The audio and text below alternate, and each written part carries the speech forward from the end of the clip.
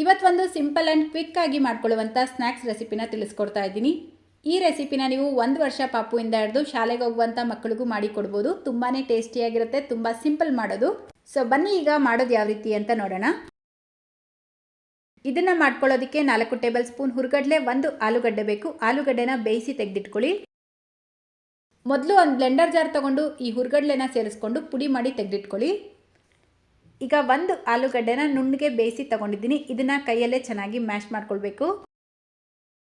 ಇದಕ್ಕೇನೆ ಈಗ ಪುಡಿ ಮಾಡಿ ಇಟ್ಕೊಂಡಿರುವಂಥ ಹುರ್ಗಡ್ಲೆ ಪುಡಿನ ಸೇರಿಸ್ಕೊಂಡು ಸಣ್ಣದಾಗಿ ಕಟ್ ಮಾಡ್ಕೊಂಡಿರುವಂಥ ಈರುಳ್ಳಿ ಸ್ವಲ್ಪ, ಕೊತ್ತಂಬರಿ ಸೊಪ್ಪು ಸ್ವಲ್ಪ, ಅರ್ಧ ಟೀ ಸ್ಪೂನ್ ಜೀರಿಗೆ ಪುಡಿ, 1/4 ಟೀ ಸ್ಪೂನ್ ಅಚ್ಕಾರದ ಪುಡಿ, ಸ್ವಲ್ಪ ಉಪ್ಪು ಸೇರಿಸ್ಬಿಟ್ಟು ಚೆನ್ನಾಗಿ ಮಿಕ್ಸ್ ಮಾಡ್ಕೊಳ್ಳಿ.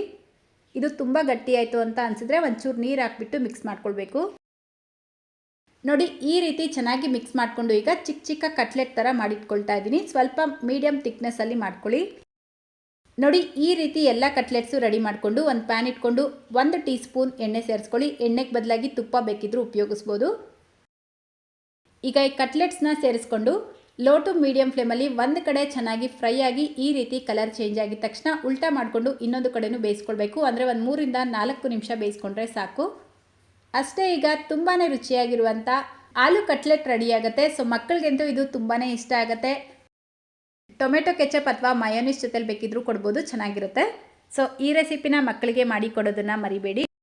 ಬೆಳಿಗ್ಗೆ, ಮಧ್ಯಾಹ್ನ, ಸಂಜೆ ಯಾವ ಟೈಮಲ್ಲಿ ಬೇಕಾದರೂ ಮಾಡಿ ಕೊಡ್ಬೋದು. ಇದನ್ನು ಮಾಡಿಕೊಡೋದ್ರಿಂದ ಮಕ್ಕಳ ತೂಕ ಕೂಡ ಚೆನ್ನಾಗಿ ಹೆಚ್ಚಾಗುತ್ತೆ.